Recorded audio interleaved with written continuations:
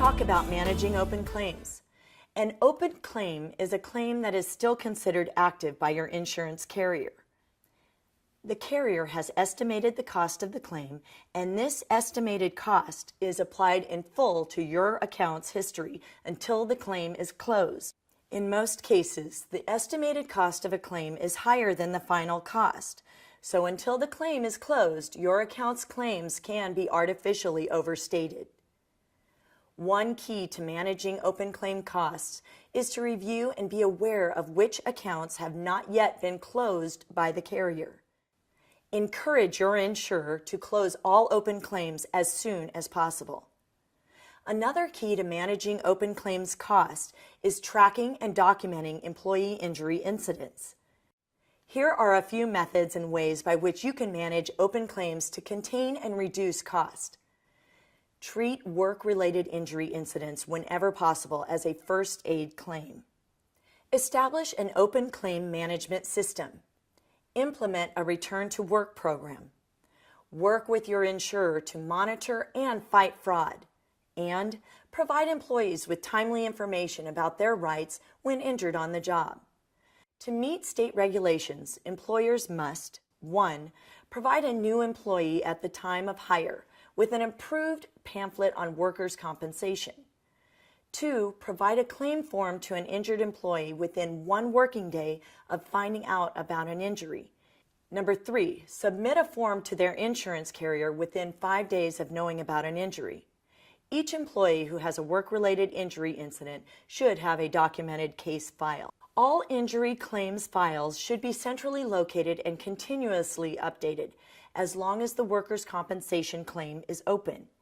Each claim file content should include documentation of the initial incident, investigation, and report, employee work status, including whether time was lost from work, actions your insurance carrier is taking to manage the case, and whether or not there is potential eligibility as a return to work program candidate.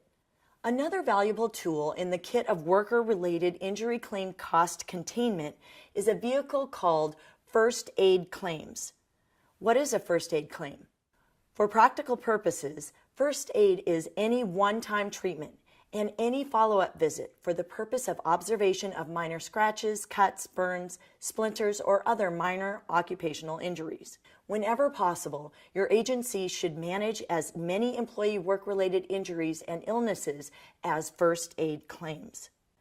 First aid incidences are still reported to the carrier but not counted as claims.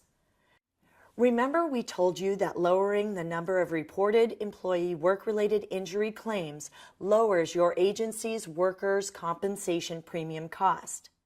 When designated as a first aid claim, a work-related injury is not counted as a claim by your workers' compensation insurer.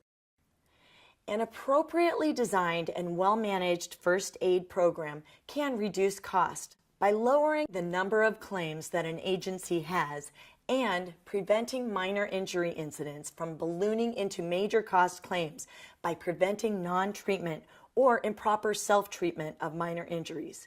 A first aid program provides many cost containment benefits, including a reduction in time and production loss, a reduction in medical cost, fewer complications from self-treatment or improper treatment of minor injuries, and greater management awareness of workplace safety issues because all incidents are documented and reported. Getting an employee back to work after time off from a work-related incident is beneficial to your employee as well as your agency. It sends a message to the employee that he or she is valued and important to your organization. It is essential to the control of the overall costs of a claim. The objective of a return to work program is to reduce the amount of time off of the job accrued by injured employees. A return to work program utilizes modified duties and alternative work assignment to reduce the time an employee is off work due to injury. A return to work program is central to proactively managing work-related injury claims and controlling workers' compensation insurance costs. A return to work program is a loss control program. If your agency has a return to work program, it may receive credits from your insurance carrier that will lower the cost of your premium. That's because insurers look favorably upon organizations that proactively manage cost. A rapid return to work should be a key part of your agency's management system. Return to work planning should begin with the workplace injury investigation and report. When the medical provider decides an employee is recovered enough to return to work, you should develop an individual return to work plan.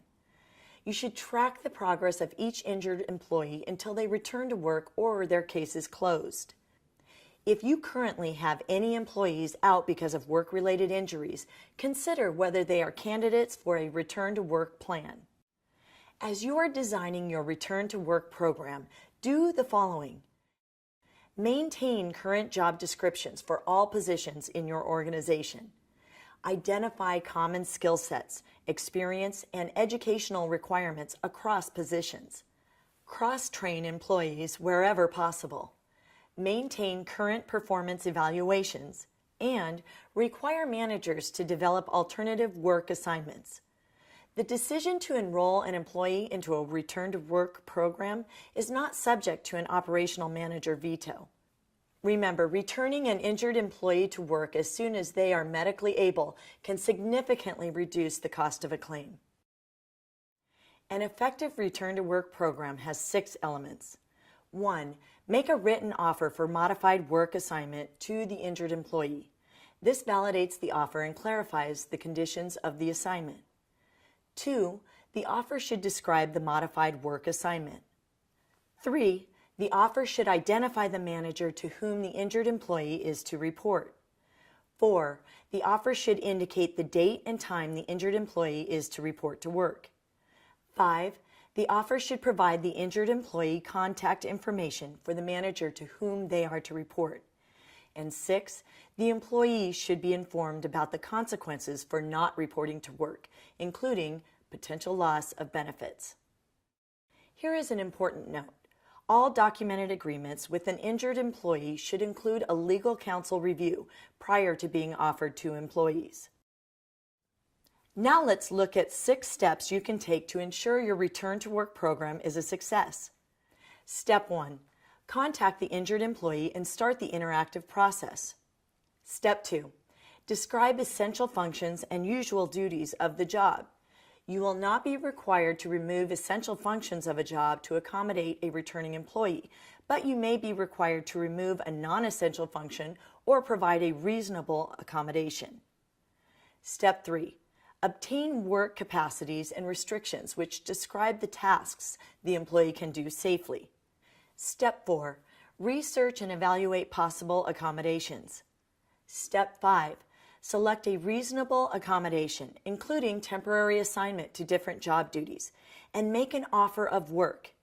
And Step 6. Implement and monitor the accommodation. Unfortunately, one of the more unsavory aspects of employee work-related injury cost is fraud. Fraud is a significant driver of the overall cost of workers' compensation insurance. Fraud occurs when payments are made for employee work-related injury that are not related to the injury, or injured employees do not return to work when they are able to do their job and extend their claim beyond the time they are actually able to return to work. To prevent fraud from occurring, each nonprofit should work with their insurer to restrict and eliminate the possibility of fraud. Fraud can be perpetrated by employees or by healthcare service providers. Fraud by employees is called benefit fraud.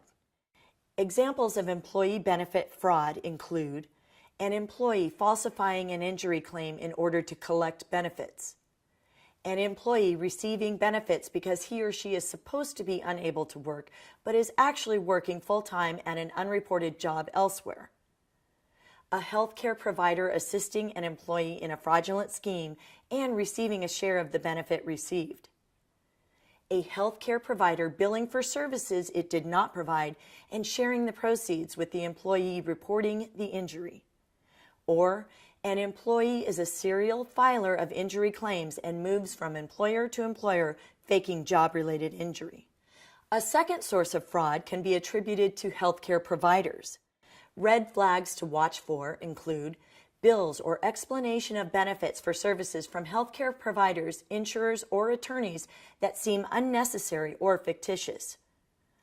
Boilerplate medical reports or reports that are merely copies of previously submitted reports. Treatment dates on holidays for non-emergency situations. Bills from a healthcare provider or attorney that represent an unreasonable amount of billable hours per day. Complaints from the employee that the attorney is rarely available, although the attorney files fee affidavits for services. Or attorney relationship with a healthcare provider that appears to be a partnership in handling workers' compensation claims. If you suspect fraudulent behavior, you should report your suspicion to your carrier or the California Department of Insurance.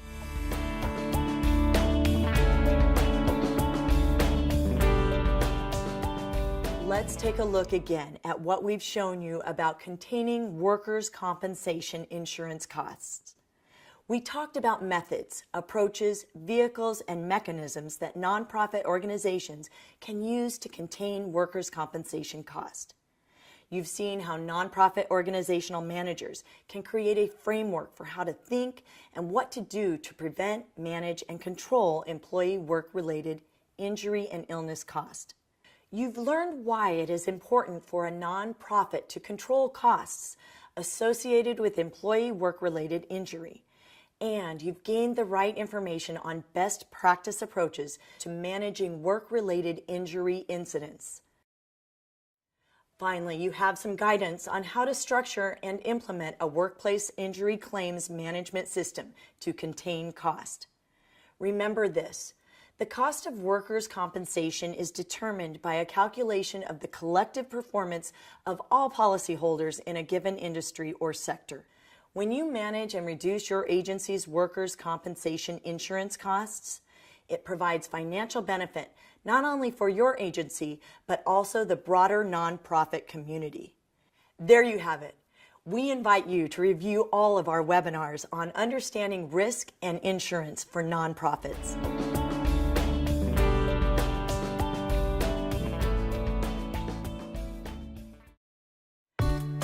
I hope you found our webinar helpful and informative.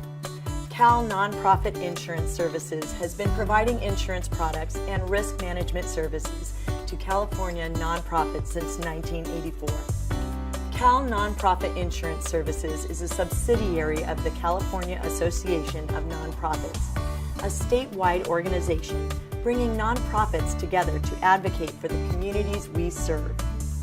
We have helped thousands of nonprofits with insurance solutions and important risk management strategies to keep their employees safe, protect their organization and assets, as well as save money. We understand the unique services and challenges nonprofits face every day. With our more than 30 years of providing insurance services to the sector, our expertise and understanding of nonprofits is unsurpassed by any other insurance agency. We invite you to watch our entire webinar series and sign up for our popular e-newsletter, which provides up-to-date HR and risk management information. We're California's #1 insurance resource for nonprofits, specializing in everything from liability and workers' compensation to employee benefits, including health and dental insurances. Contact us today for all your insurance needs. Thank you.